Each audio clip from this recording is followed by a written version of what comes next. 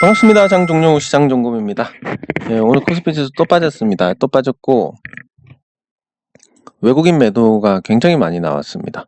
예, 제가 항상 말씀드리지만 코스피는 뭐 추세적으로 올라봤자 그 기간에 외국인이 때리면 못 올라가는 거고 흐름이 무너진다 해도 외국인이 사면 또 막아냅니다. 한마디로 외국인 노름이고 외국인이 사실상 주식시장 적어도 코스피에서는 신에 필적하는 그런 능력을 갖고 있는데 예, 그렇기 때문에 외국인이 이렇게 때려 팔면 뭐 사실 답이 안 나옵니다. 예, 그렇다면 도대체 왜 이런 시장 동요가 일어나느냐? 예, 요게 이제 핵심인데 지금 반도체주 그러니까 미국 기술주뿐만이 아니라 전 세계 TSMC라든지 대만의 이런 종목들까지 다 지금 전반적으로 빠지고 있습니다. 왜냐하면 말씀드렸듯이 이 투자라는 것도 돈이 완벽하게 넘쳐나지 않는 이상 한정적입니다. 유동성이 쏠릴 때가. 그러면 현재 상황에서 인플레이션이 계속 일어난다. 인플레에서 수혜받는 종목들은 자산주다. 그리고 원자재를 취급하는 종목들이다. 네, 답이 나오는 겁니다. 근데 인플레이션에서 자산이 많고 원자재 다루는 종목들, 포스코라든지 이런 종목도 많이 올라갔습니다. 근데 삼성전자, 물론 삼성전자의 자산이 많긴 하지만 인플레이션에 충분히 인플레이션을 상쇄할 만한 그런 게 있느냐라고 하면 삼성전자가 현금만 100조 원 이상 갖고 있습니다. 그러니까 이 현금의 가치가 떨어져 버리니까 올라갔자 의미가 없습니다. 그러면 인플레이션 환경이 계속된다면 어떤 걸 더 해야 되냐면 부채가 많은 종목. 왜냐면 부채 가치가 떨어질 거니까. 그리고 외면받는 거는 현금 많은 종목, 자산이 없이 사업을 영위하는 회사들. 뭐 이렇게 좁혀가니까 결국은 남는 게 뭐냐. 기술주들은 앞으로의 환경에 매력이 없겠다. 뭐 자산 많은 회사는 1년에 예를 들어서 1조 원의 자산이 있다. 인플레이션이 10%가 됐다. 이론적으로 1년에 1000억을 금방 버는데 그런 자산이 없는 회사가 1000억을 벌려면 똥을 싸야 됩니다. 정말로. 예, 그 정도로 쉽게 돈을 버는 것과 어렵게 돈을 버는 회사. 여러분들은 어떤 회사에 돈을 투자를 하겠습니까?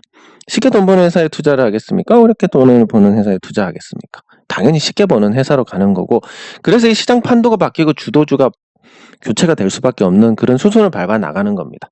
근데 제가 여기서 걱정했던 부분은 이대로 이 고점을 돌파를 하고 코스피가 올라가 버리면 어떡하지? 그러면 이 흐름 자체가 수명이 굉장히 짧아집니다. 상승하고 횡보하고 2차 상승하고 이번에 3차 상승이 나오는 거기 때문에 3차 상승이란 건 사실 거의 존재하지 않고 존재하더라도 이런 패턴을 갑니다. N자형으로 가서 마지막에 이런 오버슈팅이 나옵니다. 이런 3차에 걸친 상승이 나오기 전에 여기서 만약에 이렇게 돼버리면 금방 죽게 됩니다.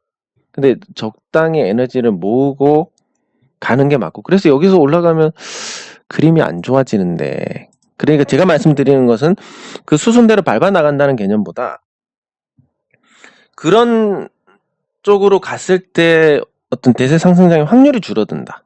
이런 개념으로 이해를 하시면 되는데 어쨌든 그게 지금 하락으로 오히려 수습이 됐기 때문에 저는 시장을 좋게 보고 있습니다. 뭐 당장은 박스권이고 8월에 또 한 번 이런 게 있을 가능성이 높고 하지만 그게 결국은 내년 대세 상승장으로 이어질 수밖에 없을 것이다. 그럼 현재 자산주 뭐 원자재 관련주도 이렇게 올라가고 있고 그러면 이 구간이고 내년에 이 구간입니다. 그리고 중소형주들 이렇게 올라갈 겁니다. 지금 IT 뭐 자동차 이런 애들 이렇게 될 겁니다. 뭐 요 구조를 보면 어떻게 포트폴리오를 조정을 해야 되는지 충분히 나온다라고 보시면 될 것 같고 예 그리고 코스닥 예, 코스닥도 지금 된소리를 맡고 있습니다. 근데 코스피에 비해서 좋은 점은 코스피는 외국인 투자자들이 이렇게 판다 하더라도 계속 외국인이 천문학적인 주식을 보유를 하고 있습니다. 최소 500주 이상을 보유를 하고 있으니까 2조 3조 팔아봤자 이대로 1년 내내 팔아야 뭐가 구도가 잡히는 거고 코스닥은 이렇게 팔면 외국인이 아예 없어지게 됩니다. 근데 유동성이 부족할 때는 뭐 외국인이 5% 10% 이렇게밖에 안 되더라도 그게 아쉽지만 유동성이 풍부할 때는 걔네들은 나가주는 게 좋습니다. 왜냐면 외국인 투자자들은 오르면 팔고 내리면 사니까 그게 시장의 어떤 추세적인 상승에는 방해가 되는 존재고, 그런 측면에서 외국인이 나가준다는 건 뭐 나쁘지 않다. 그래서 코스닥이 지금은 부진하지만 점점 좋아질 가능성이 높다라고 보시는 게 맞을 것 같습니다. 네, 그리고 이 시장 하락기에 제 계좌는 뭐 그럭저럭 무사합니다. 일단 시장 영향을 덜 받는 중소형주로 구성이 되어 있고, 그리고 이온 컴포텍이 조금 예, 아쉽긴 하지만 그 외에 뭐 특별히 구경 못한 가격도 아니고, 제너레이는 제가 그 댓글에 말씀을 드린 것처럼 뭔가 기회가 오는 그거를 제가 말씀을 드렸으니까 잘 참고하셔서 대응을 하시면 문제가 없을 것 같습니다. 예, 그리고 이제 지난 얘기인데, 오르비텍을 어제 제가 말씀드렸는데 요게 이제 시간에서 오르고 이렇게 밀어버린 흐름이 나왔습니다. 제가 이걸 말씀드리는 게 어떤 분이 그러시는 겁니다. 매일 문자가 오는데 잘 맞는 것 같다. 그래서 이거 사보려고 하는데 어떻게 생각하시느냐. 이게 요즘 부쩍 많습니다. 그래서 도대체 무슨 종목이니 이제 보내달라 했더니 실제로 많이 올라 있는 겁니다. 뭐 18% 오른 것도 있고 뭐 그런 겁니다. 그래서 이상하다. 이럴 리가 없을 텐데 해서 찾아보니까 전부 시간에서 상한가를 가거나 크게 오른 종목. 그러니까 시간가 상한가 간 종목만 그냥 문자로 쏴주는 겁니다. 그래서 그거에 대해서 좀 경각심을 일깨우기 위해서 어제 상한가 간 종목을 말씀을 드렸고, 오늘 시간에 상한가 간 종목이 이제 태양금속이라는 종목인데, 얘도 똑같은 패턴이 나오지 않을까 하는 것과 시간의 상한가 같습니다. 또 다른 게 있습니다. 이제 올랐으니까 말씀드리는데, 제가 말씀드린 그 LG전자 마그나 관련해서 서울금속하고 그 한 회사가 이제 태양금속 요 회사입니다. 근데 제가 말씀드린 것처럼 여기 요거 금속이라고 쳐가지고 하면 몇 개 안 나옵니다. 용신금속은 당연히 아닐 거고, 예, 앞으로 추진을 해야 되지만, 그러면 대동금속, 대양금속, 동원금속, 동일금속 4개, 영화금속 5개, 태양금속 6개, 6개 중에 하나인데, 뭐 딱 눌러봐도 대동금속 아니고, 대양금속 뭐 하는 회사인지 찾아보면 스테인리스만 제조를 해온 업체 당연히 아닐 거고, 동원금속 전기차용 부품 전문 업체, 요거는 가능성이 좀 있겠네.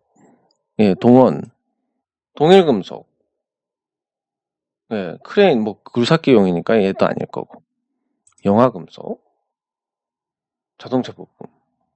그래서 이거를 따져보면 요 3개로 압축을 할 수 있는 겁니다.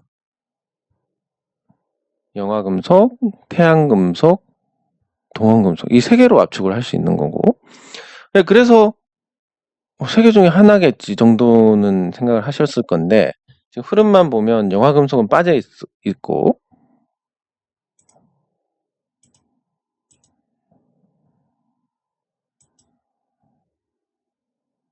예, 동원금속 이렇게 있고, 그래서 이게 조금 뭔가 이런 생각을 할 수도 있을 겁니다. 그러니까 어쨌든 뭐 찾으려면 의지를 갖고 찾으려면 찾을 수 있었다. 근데 제가 말씀드리는 게 이런 시간에서 올라가지고 밀리는 패턴들이 많이 나오기 때문에, 이게 LG전자 마그나에 납품을 한다 하더라도 사실 생각해 보시면 납품한다고 당장 뭐 매출이 폭발적으로 늘어나겠습니까? 주력 부품도 아닌데. 그럼 사실 이 회사가 뭐 실적이 좋아진다 이런 게 아니면 딱히 반응할 이유가 없는 겁니다. 그리고 시간에서 굳이 장중에 나빴는데 시간에서 떠서 시작한다? 1760원? 글쎄, 뭔가 호재가 없다면 이런 일이 있을 수가 없는 거니까 어제와 마찬가지로 생각을 하시면 될 것 같습니다. 오르비텍과 마찬가지로. 그리고 제가 말씀드린 그 LG전자 마그나 관련해서는 뭐 일단 뭐 매매 그거 관련해서 그게 문제가 시장에서 좋은 반응이 나올지 아닐지도 모르고, 그리고 뭐 그걸 납품한다고 해서 주가가 오를지 안 오를지도 모르고, 그런 상태고 이미 또 조금 올라 있는 것도 있고, 그래서 그냥 시간에서 이렇게 올라갔을 때 어떻게 되는지에 대한 것만 관심을 가지시면 되고, 혹시 나중에 뭐 시장이 나빠가지고 뭐 이렇게 푹 떨어진다 그러면 뭐 그때 가서 생각해 보시고 이렇게 하시면 될 것 같습니다. 예, 일단 시간에서 올랐다라는 부분, 그리고 어제 오르비텍이 올라서 그렇게 된 것처럼 사실 요즘 그런 패턴이 굉장히 많으니까 조심하셔야 된다. 이렇게 정리를 해볼 수가 있겠습니다. 네, 그리고 제노레이도 뭐 딱히 없고, 액트가 오늘 좀 반응이 있어서 보면, 그 액트가 제가 말씀드린 것처럼 뭔가 전기차 회사를 하나 사려는 게 아닌가, 뭐 요렇게 또 생각을 해볼 수가 있겠습니다. 네, 그리고 공시가 막 나왔는데 임원 주식 보유자,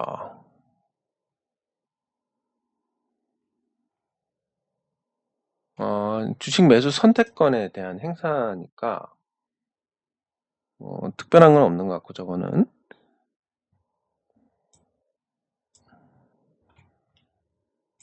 예, 여기 보면 이제 타이어 금형하고 제조 설비하는 이 세화 IMC를 인수했다고 나옵니다. 이게 예상했던 전기차 업체냐 아니냐를 보면 조금 억지로, 억지로 생각하면 전기차하고 관련이 있긴 합니다. 타이어는 어쨌든 계속 쓰니까. 그러면 이게 뭐 나쁜 거냐라고 하면 세화 AMC를 뜯어봐야 되는데, 예, 세화 AMC에 대한 반응도 나쁘진 않은 것 같습니다. 액트가 인수하는 거에 대해서. 예, 그러면 세화 IMC가 지금 현재 시총이 1072억이니까 그러면 300억에 산다고 했나? 예. 그리고 현재 시가평가로 한 250억 정도 되니까 경영권 프리미엄은 생각보다 덜 줬습니다. 많이 주지는 않은 것 같고, 그러면 M&A로 치면 뭐 딱히 나쁘지 않고, 이 회사가 이제 지금 적자가 많이 나고 뭐 이런 부분들이 있는데, 예, 그렇지만 또 한편으로 보면 이 회사가 이제 그 어떤 회생 절차를 밟았기 때문에, 회생 절차가 맞을 겁니다. 이 또 표현을 정확하게 해야 되니까.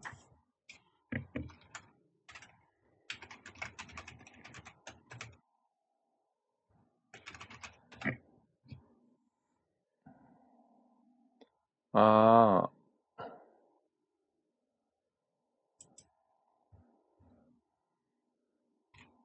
회생 절차 하다가 뭐 기각되고 이런 뉴스는 있는데,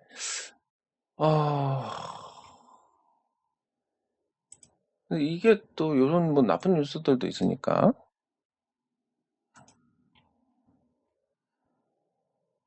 위법 실질 심사 받다가 허위 기재,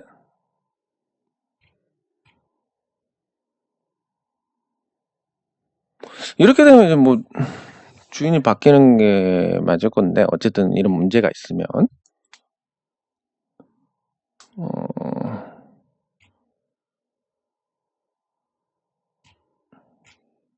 뭔가, 뭔가 모르겠습니다. 일단,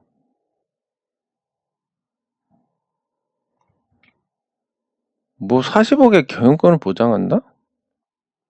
뭐 이건 좀 말이 안 되는 것 같은데, 어쨌든 뭐 그런 건 주인이 바뀌면 과거의 일이 되니까 그렇다 치고, 그럼 세화 AMC가 과연 경쟁력이 있느냐, 이 부분을 제가 아까 조금 찾아봤는데, 어쨌든 회생 절차를 밟았으니까 회사가 나름 뭐 깨끗한 부분이 있을 거고, 그리고 이 타이어 금형 쪽을 보니까 세계에서 이제 제대로 이 관련된 사업을 하는 데가 몇 개 안 되고, 그래서 그런 측면에서 세화 AMC가 좀 나름의 경쟁력이 있고, 뭐 이런 부분에서 나쁘지는 않은 것 같습니다. 저 돈 주고 사면 그냥 잘 산 건 아니지만 못 산 것도 아닌 것 같다. 네, 이렇게 생각을 해볼 수가 있겠습니다. 어쨌든 그래서 액트가 뭐 졸지에 또 회사 하나를 더 가지게 되니까 이 액트가 세화 IMC하고 유양 DNU를 가지게 됩니다. 근데 액트가 과거에 비해서 주가가 지금 5,000원에 안착하게 된 게 유양 DNU 인수를 하고 나서부터입니다. 왜냐하면 돈이 290억이 들어갔는데 이게 지금 안정이 되고 시장에서 새롭게 평가를 받으면 600억 정도의 평가를 받을 수 있습니다. 시총 1000억 기준으로, 아니, 자산 1000억 기준으로 순자산. 액타 40% 갖고 있으니까 400억. 경영권 프리미엄 50% 더하면, 예, 그러면 600억짜리니까. 이걸 하고 나서 이제 액트가 적정 주가가 5,000원에 올라왔고, 이 위에서 움직이고 있는 겁니다. 근데 세화 AMC 인수 이후에 액트의 반응은 나쁘지 않습니다. 왜 나쁘지 않냐라고 생각을 해보면, 다른 것보다 세화 AMC를 인수한 가격이 그렇게 나쁘지 않다. 그리고 세화 AMC 쭉 뜯어보니까 부동산도 좀 있고 자산을 매각하거나 재평가를 했을 때 지금 가치보다는 좀 높을 것 같고, 무엇보다 이제 굉장히 억지긴 하지만 타이어 금형이니까 어쨌든 자동차 쪽이고 전기차 부품 소재 관련된 사업을 하면서 이 금형 쪽에 어떤 회사를 확보했다라는 거, 라인업을 구축했다라는 측면에서 보면 나쁘지 않다. 예, 어쨌든 시장은 좋다고 판단을 하고 있으니까, 예, 그렇게 보시면 될 것 같습니다. 네, 그리고 댓글 확인하도록 하겠습니다.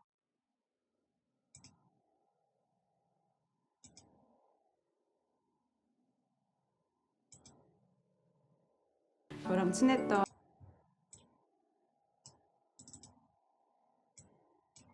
예, 일단 하나 찍고, 예, 감사합니다. 예, 제가 어제 너무 졸려가지고 뭔가 좀 횡설수설한 부분이 있을 겁니다. 예. 예, 통계적으로 5월이 나쁘기 때문에 그렇게 거기에 따라서 일정한 현금을 보유하신 부분은 굉장히 좋습니다. 하지만 여러분들 뭐가 맞다 틀리다 이렇게 접근하시면 안 되고, 제가 항상 말씀드리지만, 자, 현금을 보유를 합니다. 위험에 대비해서. 그러면 맞을 때까지 기다리면 어떻게 됩니까? 역시 현금 보유하길 잘했네. 그러면 현금이 없는 분들은 주식이 오를 때까지 또 버팁니다. 그러면 주식 갖고 있길 잘했네. 이렇게 여러분들 계속 틀리지만 언젠가는 맞추는 이런 고장난 시계처럼 하시면 굉장히 나쁘지 않을 겁니다. 좋을 겁니다. 예. 매일 오를까 내릴까 생각하고 한번 베팅했다 틀리고 이런 것보다는 그렇게 맞을 때까지 기다리는 거, 예, 그게 핵심이라고 보시면 되고, 예, 감사합니다. 예, 감사합니다. 예, 그렇진 않지만 여기에 대해서 제가 어쨌든 일종의 약속이라고 생각을 하니까, 그리고 그게 재미가 있으니까, 예, 어쨌든 힘 닿는 데까지 해보겠습니다. 예, 감사합니다. 네, 감사합니다. 네. 예, 감사합니다. 네, 감사합니다. 예, 감사합니다. 감사합니다. 예. 결국 시간에서 올려서 패대기를 친다. 요거니까 내일 태양금속도 어떻게 되는지 한번 관심 있게 보시면 될 것 같습니다.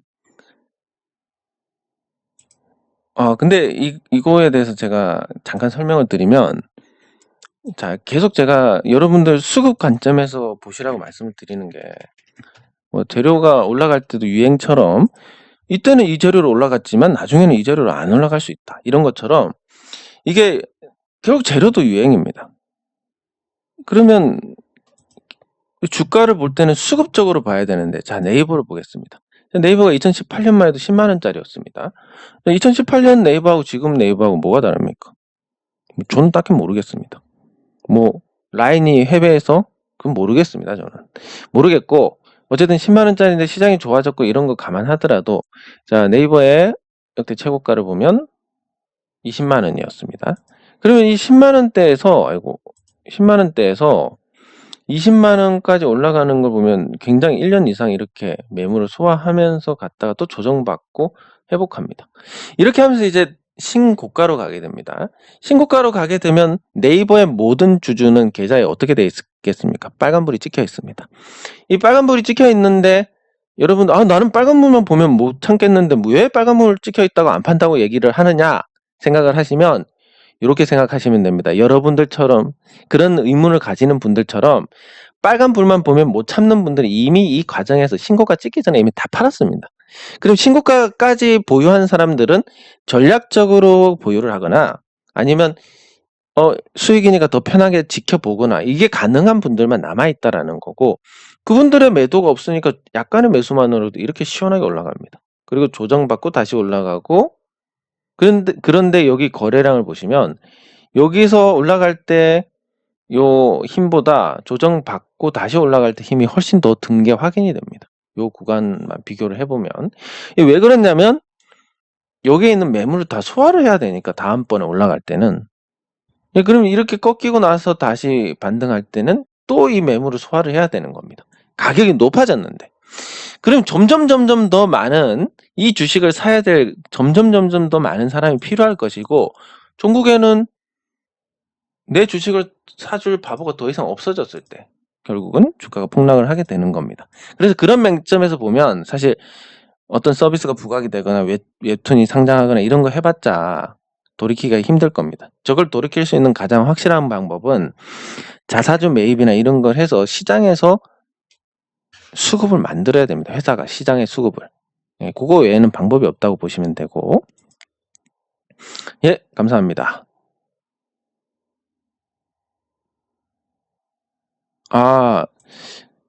여러분들 이게 그 유료라는 거에 대해서 저는 부정적으로 생각할 부분은 없습니다. 왜냐하면 아니 무당도 전 봐서 복채를 받는 대한민국에서 주식 오를 거다 내릴 거다 이렇게 해서 돈 받는 사람들 뭐가 잘못됐습니까? 잘못된 건 없는데 아무짝에 쓸모가 없다는 겁니다. 거의 대부분. 왜냐하면 이제 이것도 어떤 하나의 사업으로 본다면 여러분들을 돈으로 보는 사람이 있다. 예를 들면 이겁니다. 작게는 여러분들이 유튜브를 많이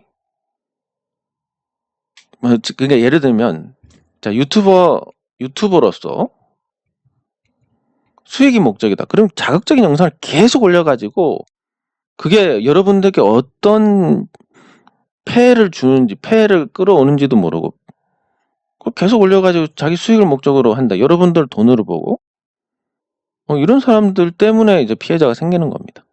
그럼 유튜버가 멤버십을 한다. 이 멤버십 가입하게끔 또 사기를 쳐야 됩니다.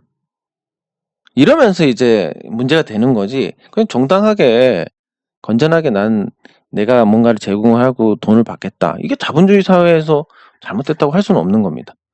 하지만 그럼 이 리딩방이라고 하는 속성 제가 하나를 말씀드렸지만 자기들이 뭔가 종목을 찾아서 발굴한 것도 아니고 아니 시간에 옳은 것만 골라가지고 추천해가지고 내가 잘 맞춘다 이렇게 하는 거 이게 사기가 아니고 뭐냐.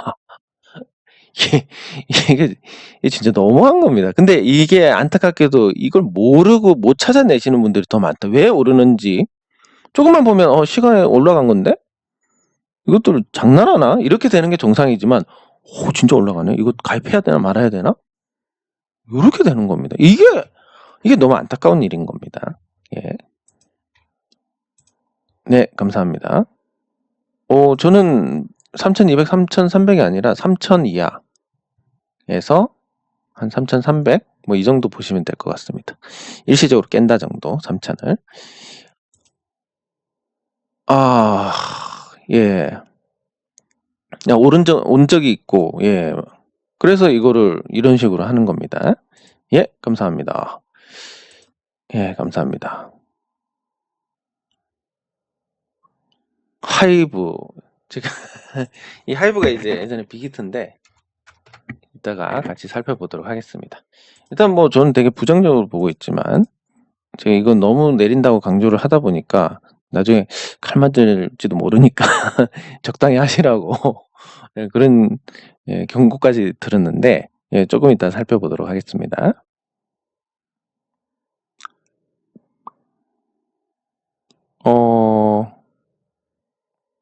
글쎄, 일단 뭐 이게 참 목적이 그런데 이마트도 한번 살펴볼 텐데 일단 쳐놓고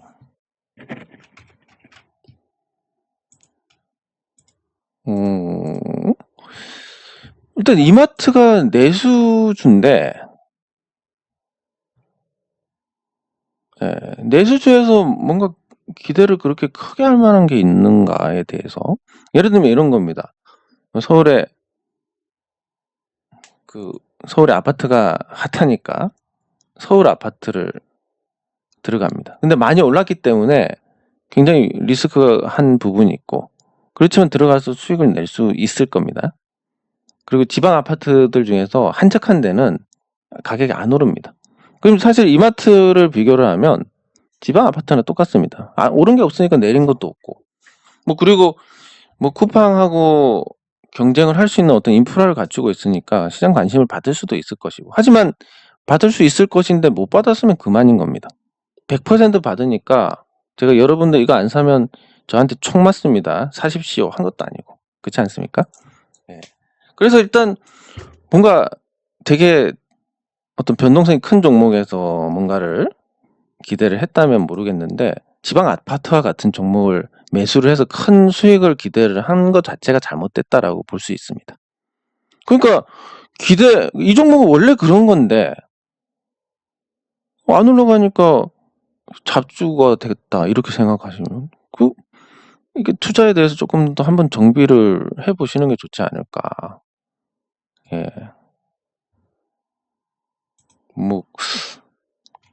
그래서 이거는 글쎄 제가 2020년 10월 달에 이마트를 말씀을 드린 것 같은데 그래서 이게 저한테 항의하시는 것 같은데 이렇게 생각하시면 안 됩니다. 예. 뭐랄까 아니 큰 수익을 올릴 만한 이 리스크를 감수를 해야 수익이 따라오는 겁니다. 이마트가 내수주로서 잘 자리 잡고 있는데 당연히 리스크가 낮은 거고 리스크가 낮으니까 기대 수익도 낮은 거고 여기서 14만 6천에 16만 원 갔는데 그 사이에 박살난 종목들도 얼마나 많은데 그러면 이걸 가지고 뭔가 만족스럽지 못하다라는 것은 투자를 시작할 때 어떤 생각으로 했는지부터 해서 처음부터 다시 점검을 해보시기 바랍니다. 네가 이딴 종목 추천해가지고 짜증나 죽겠어 라는 거에 어떤 우회적인 표현이라면 주식 투자 안 하는 게 맞습니다. 뭐가 어떻게 만족할 수 있겠습니까? 이런 마인드로. 조금 점검을 다시 해보시기 바랍니다. 제가 방금 말씀드린 그런 게 아니라면 조금 더 다시 생각을 해보실 필요가 있고 그리고 만약에 그런 게 또 불만이다. 잘 생각해 보시기 바랍니다. 저는 제 시간 쪼개가지고 여러분들이 이마트를 사든 안 사든 제가 득보는 거 하나도 없고 그런 상태에서 제가 시간과 노력을 해서 이마트를 추천하고 그게 내린 것도 아닌데 잡주 이런 소리나 듣고 있고 그러면 여러분들 누가 나서서 좋은 일을 한번 해보려고 하겠습니까? 그런 거까지 한번 잘 생각을 해보시기 바랍니다. 물론 그런 의도가 아니시겠지만 제가 이런 말씀을 드리는 게 꼭 이 내용에 대한 것뿐만이 아니라 보편적으로 사실은 많이들 그렇게 생각을 하시기 때문에 이번 참에 찔리시는 분들 좀 생기시라고 말씀을 드리는 겁니다. 그리고 종목 상담하는 것도 그렇습니다. 이거 나쁠 것 같은데요 했는데 좋아졌습니다. 근데 제가 나쁠 것 같으니까 당장 파세요 라고 한 것도 아니고 그냥 보니까 제가 봤을 땐 좀 나쁜 것 같지만 잘 판단해서 결정하십시오 이런 거지 않습니까? 그래서 그거에 대해서 반영이 어쨌든 맞을 수도 있고 틀릴 수도 있는 건데 제가 시간 들이고 노력 들여가지고 답변을 해준 결과가 틀렸다고 욕먹고 제가 무슨 무당입니까? 이런 거 굉장히 이번까지 유튜브를 하면서 제가 느낀 건데 예전에 글로 할 때보다는 그런 분들이 훨씬 줄긴 했습니다.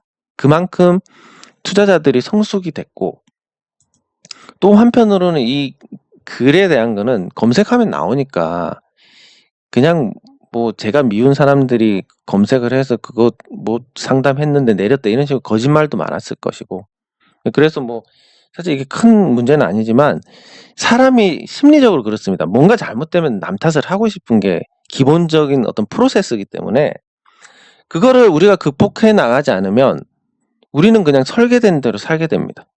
설계된 게 뭡니까? 배고프면 밥 먹어야 되고 잠오면 잠자야 되고 옆에 사람 짜증나면 욕해야 되고 이게 우리가 설계된 대로인데 그럼 주식 오르면 더 오를 것 같아서 사고 내리면 더 내릴 것 같아서 사고 팔고 이게 우리 프로세스입니다. 그대로 하면 망합니다. 그걸 고쳐 나가는 과정이기 때문에 요런 내용에 대해서도 여러분들이 생각을 처음부터 다 바꿔 나가셔야 되는 겁니다. 왜? 첫 번째, 모든 투자 판단이 나로 인한 것이다. 그럼 사실 이게 그냥 이마트 지금 오래 보유하고 있지만 수익이 좀 저조하네요. 어떻게 생각하시느냐 이렇게 물어봐야 정상인 거고 뭔가 이런 내용이 들어갔다는 건 만약에 그런 의도가 정말 없으셨다면 자기도 모르는 사이에 무의식 중에 그런 불만이 있다라는 겁니다. 이런 부분들까지 여러분들이 다 쳐내지 않는다면 주식 투자해가지고 언젠가는 박살이 나게 돼 있습니다. 왜냐하면 억지로 여러분들 기침이 나오려고 합니다. 기침이 나오려고 해서 참고 하다가 결국 어떻게 됩니까? 예치하고 나오게 되는 겁니다. 누가 기침 소리를 냈는가 뭐 이런 얘기 해가지고 공포해서 뭐 참을 수는 있지만 결국은 기침하다 궁예한테 머리 맞아 죽지 않습니까? 그런 것처럼 근본적으로 뭔가를 바꾸지 않으면 안 된다는 겁니다. 이건 뭐 계속 강조드릴 수밖에 없는 건데 그래서 내가 이 종목을 샀으면 팔았으면 이게 핵심이 아니라 내가 이거 사고 팔고가 아니라 내가 판단해서 내가 결정하고 내 리스크 대비 기대 수익률이 어떻게 되느냐부터 해서 그 과정에서 대응, 인내심 이런 거 모든 게 다 내가 감수하고 감당해야 되는 것이다. 그래서 주식 공부를 해야 되는 것도 내가 잘 그렇게 해 나가지 않으면 못하는 거니까 해야 되는 거다. 이거지 않습니까? 예, 그래서 누구 말이 맞고 틀리고 이거 쫓아다니고 누가 잘하는가 보다 하고 회비 내고 이거 참 이거 안타까운 겁니다. 예, 어쨌든 그런 게 알게 모르게 다 포함이 되어 있습니다. 이 내용에. 왜냐하면 제가 뭐 이거 뭐 하루 이틀 합니까? 10몇 년 동안 하고 있는 건데 척하면 탁이지 뭐. 예. 아무튼 무의식 중에라도 있기 때문에 한 번 더 바꿔보시는 거 계속 그렇게 노력을 하셔야 됩니다.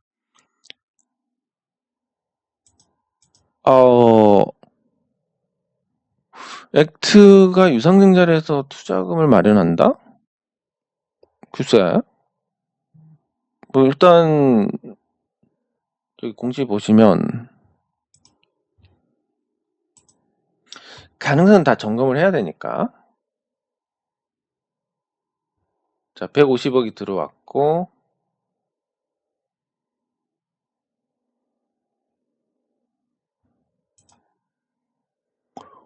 음...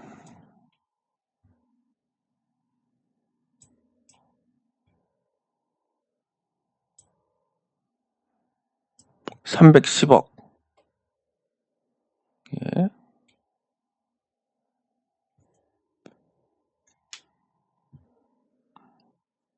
(310억이고)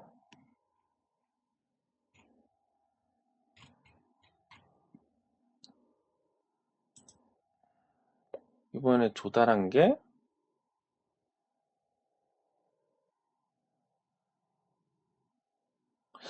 미리 준비를 할 걸 그랬네. 이거 하나씩 찾으니까 이번에 조달한 게 150억이고 자 계산 한번 해보겠습니다.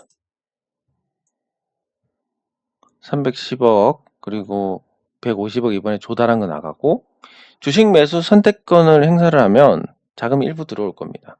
그 매수 선택권 행사 금액을 보면 3,000원대로 들어오기는 하는데 26만 조 3,000원 한 3,200 정도 되니까 한 8억 정도 됩니다. 뭐 좀 어쨌든 이것도 포함시킵니다. 자 그러면 310억 빼기 150억에 8억에 자사주 매각 성공한다는 전제로 60억. 예, 그러면 218억이니까 한 92억이 부족합니다. 그럼 뭐 전환사채 100억 정도 더 찍지 않을까 이렇게 예상을 할 수 있으니까 어차피 지금 현금 가지고 있다 해도 기말 현금이 지금 작년 말 기준으로 300억이 있습니다. 작년 말이 아니고 작년 말이네. 작년 말 기준으로 300억이 있는데 기말 현금이 그게 뭐 유양 인수한다고 빠져나가고 이랬을 거기 때문에 실질적으로 한 100억 정도 더 필요합니다. 근데 여기서 100억을 유상 증자를 한다? 전체 주식이 한 8% 정도 되는데 그러면 주주 배정은 못 할 거고 그럼 세미콘 라이트 5,000원에 주식 파는 것도 다 무산될 거고 딱히 실익이 없을 것 같습니다. 전환사채 찍을 것 같은데 그렇게 보면 가능성을 버릴 수는 없는데 가능성이 좀 많이 떨어지지 않나. 전환사채가 훨씬 더 현실적일 것 같습니다. 그리고 제가 말씀드리지만 우려스럽거나 뭔가 걱정이 되면 그냥 파시는 것도 방법입니다. 그걸 이걸 다른 사람한테 이걸 계속 물어보면서 어찌어찌 견뎌나간다. 결국은 뭐 하루에 6시간 30분인데 한번 이거 팔까 말까 생각하는 게 10초라고 가정하면 1분당 6번. 그러면 이게 분으로 환산을 하면 390분입니다. 390 곱하기 6번. 도대체 몇 천 번을 생각을 하는 겁니까? 이거 안 되는 겁니다. 그래서 불안하고 뭐 걱정이 된다. 그러면 파는 것도 방법입니다. 뭐 억지로 그렇게 대응하실 필요는 없습니다.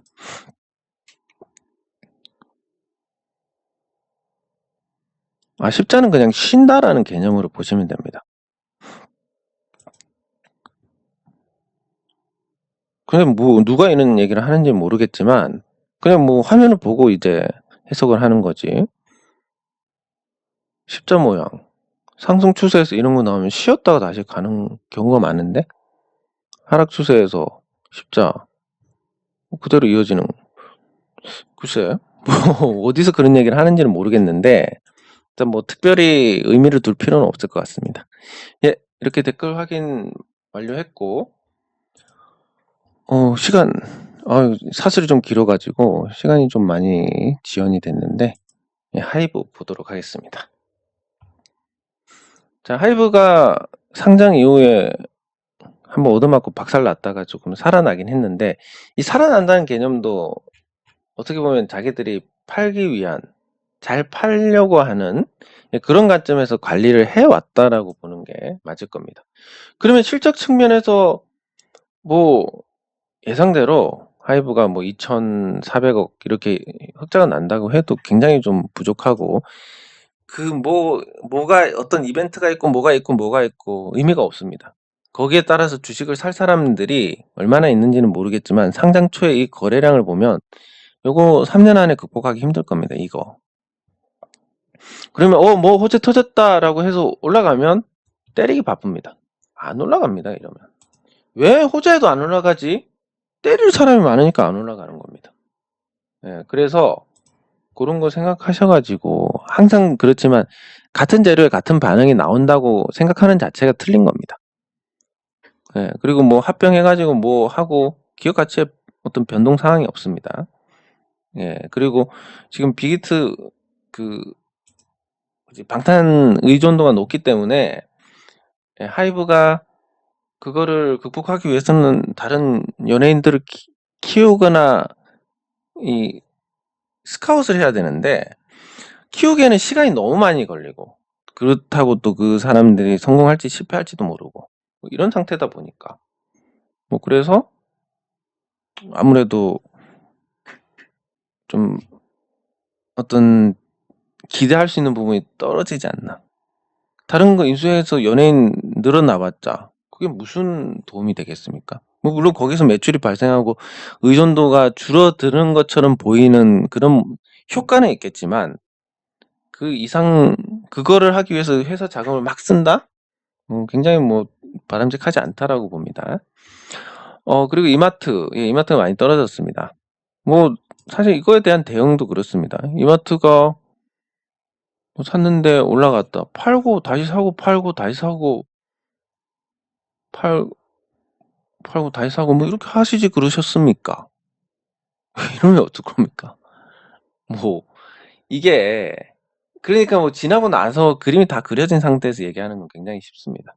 그리고 이마트가 왜 내리는지 왜 안 올라가는지에 대해서 따져보면 뭐 기관 투자자들이 팔고 있는 겁니다. 왜 파느냐? 뭐 쿠팡한테 질 것 같은데? 아니면 뭐 없을 것 같은데? 이런 부분들부터 해서 여러 가지 이유가 있을 겁니다. 그리고 여기 국민연금의 공시를 보면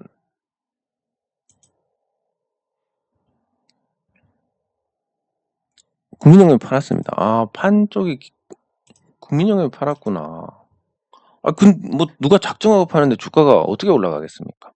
네, 그래서 뭐 그런 어떤 수급적인 부분이 컸고, 그럼 국민연금이 왜 파느냐? 국민연금이 팔았던 시기에는 코스피 전체를 팔고 있었습니다. 그래서 이마트가 꼭 나쁘다라기보다는 코스피 전체를 파는 과정에서 좀 매도가 나왔고, 그러면 이 종목이 지금 흐름이 완전 깨지고 끝장났냐 그러면 그것도 아니니까 수급적인 문제가 해결될 때까지 기다려보는 거고, 내수주니까 시장에 관심을 좀 덜 받겠지만 인플레이션이 심화되면 자산의 가격이 오르니까 모든 점포가 회사 소유다라는 부분을 생각했을 때는 이마트가 과연 이렇게까지 계속 밀릴 이유가 있나, 이렇게 생각하는 게 적절할 것 같습니다.